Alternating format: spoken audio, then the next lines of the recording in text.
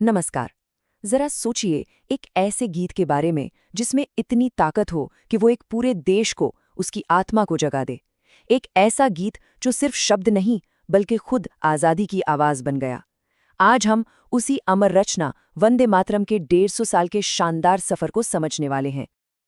जी हाँ, पूरे 150 साल। आने वाली 7 नवंबर 2025 को हमारा राष्ट्रगीत इस ऐतिहासिक पड़ाव पर पहुंच जाएगा। ये सिर्फ एक तारीख नहीं है, ये भारत की आत्मा, हमारी एक पहचान और उस भावना का जश्न है जिसने हमें पीढ़ियों से एक साथ बांधे रखा है। तो चलिए सबसे पहले इसके बिल्कुल सीधे और सरल मतलब को समझते हैं। वंदे मातरम, इन दो शब्दों का सार है माँ, मैं तुम्हें प्रणाम करता हूँ। कितना सरल है ना? लेकिन इन्हीं आसान से शब्दों में मातृभूमि के लिए बेपनाह प्यार और गहरे समर्पण का पूरा समंदर छिपा है। आगे हम क्या क्या देखने वाले हैं उस पर एक नजर डालते हैं।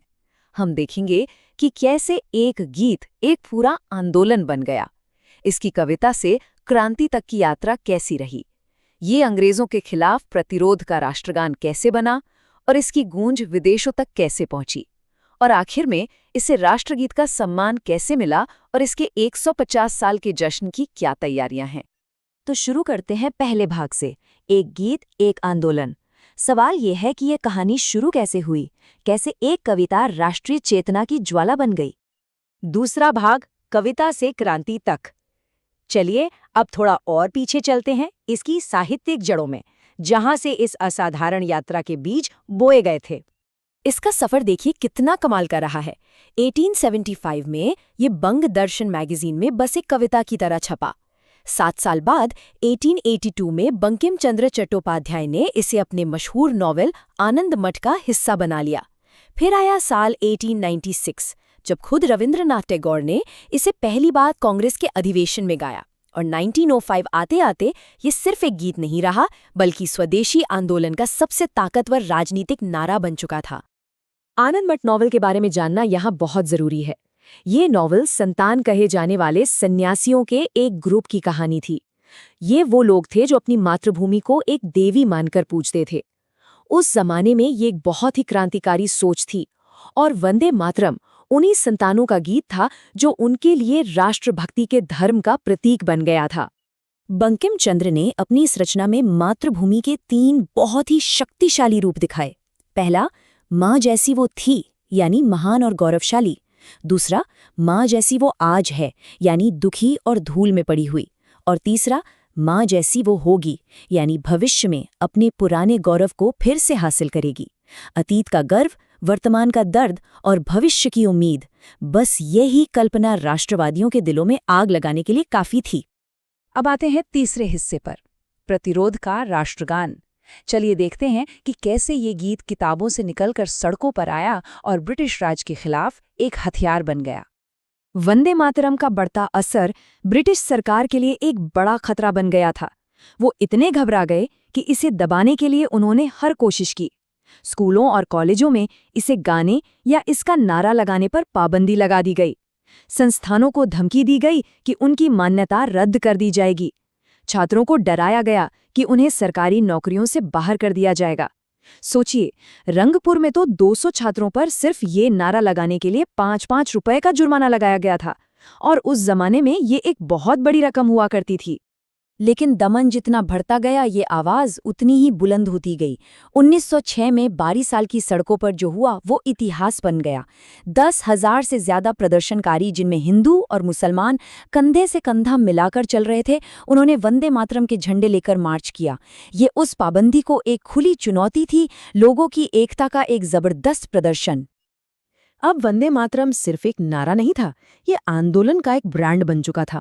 इसी भावना को और आगे ले जाने के लिए बिपिन चंद्र पाल और श्री अरबिंदो के संपादन में वंदे मातरम नाम से एक अंग्रेजी अखबार शुरू हुआ, और देखते ही देखते ये अखबार भारतीय राष्ट्रवाद की एक निडर और ताकतवर आवाज बन गया। चौथा भाग, विदेशों में गूंजती आवाज। ये आग सिर्फ भारत तक ही सीमित नहीं रही। चलिए देखते हैं कि कैसे इसकी चिंगारी समंदर पार कर दुनिया के कोने कोने तक जा पहुंची। दुनिया भर में जहां भी भारतीय आज़ादी की लौ जल रही थी, वंदे मातरम उसका प्रतीक बन गया। 1907 में जर्मनी के स्टुटगार्ट में मैडम भिकाजी कामा ने जो झंडा फहराया, उस पर गर्व से वंदे मातरम लिखा था। 1909 में लंदन में फांसी पर चढ़ने से ठीक पहले क्रांतिकारी मदन लाल ढींगरा के आखिरी शब्द यही थे। यहाँ तक कि 1912 में जब गोपाल कृष्ण गोखले दक्षिण अफ्रीका के केप टाउन पहुंचे तो भीड़ ने इसी नारे के साथ उनका स्वागत किया। ये गीत अब सरहदों के पार जा चुका था। मदन लाल ढींगरा के ये आखिरी शब्द ये बताते हैं कि इस नारे के साथ कितना गहरा बलिदान और त्याग जुड़ा था। ये सिर्फ एक राजनीतिक नारा नहीं था, ये देशभक्ति का आखिरी संकल्प बन गया था। एक ऐसा वादा जिसके लिए लोग अपनी जान तक देने को तैयार थे। 5वां भाग, राष्ट्रगीत का सम्मान। दशकों के संघर्ष और बलिदान के बाद अब कहानी उस मोड़ पर आती है जब इस गीत को वो आधिकारिक सम्मान मिला जिसका वो हकदार था। 24 जनवरी 1950 भारत के गणतंत्र बनने से ठीक 2 दिन पहले संविधान सभा के अध्यक्ष डॉक्टर राजेंद्र प्रसाद ने ये ऐतिहासिक घोषणा की। उनके शब्द थे, वंदे मातरम गीत जिसने भारत के स्वतंत्रता संग्राम में एक ऐतिहासिक भूमिका निभाई है, उसे जन गण मन के बराबर सम्मान दिया जाएगा और उसका दर्जा भी उसके बराबर होगा। इस फैसले ने एक बहुत ही महत्वपूर्ण संतुलन बनाया। जन गण मन हमारा राष्ट्रगान यानी नेशनल एंथम है और वंदे मातरम हमारा राष्ट्रगीत यानी नेशनल सॉन्ग है, और संविधान सभा के मुताबिक दोनों को बराबर सम्मान मिलना है, दोनों का दर्जा एक समान है। छठा और आखिरी भाग, 150 साल का जश्न। तो इस महान विरासत को आज हम कैसे सम्मानित कर रहे हैं? चलिए अब इस कहानी को वर्तमान में लाते हैं और देखते हैं कि इस बड़ी सालगिरह को मनाने की क्या योजनाएं हैं। भारत सरकार इस ऐतिहासिक मौके को बहुत बड़े पैमाने पर मनाने की तैयारी कर रही है। 7 नवंबर 2025 को दिल्ली में एक शानदार कार्यक्रम के साथ इसकी शुरुआत होगी। इस मौके को यादगार बनाने के लिए एक खास डाक टिकट और सिक्का भी जारी किया जाएगा।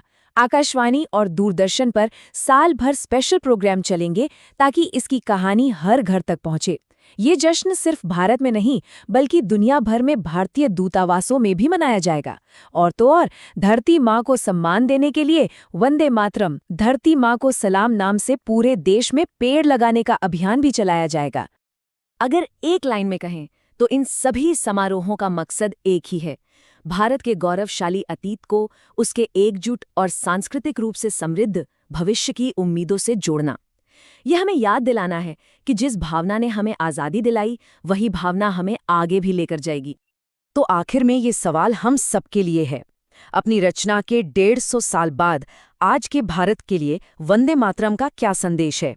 क्या ये सिर्फ इतिहास की एक धरोहर है या ये आज भी हमारी सोच का, हमारी चेतना का एक जिंदा धड़कता हुआ हिस्सा है?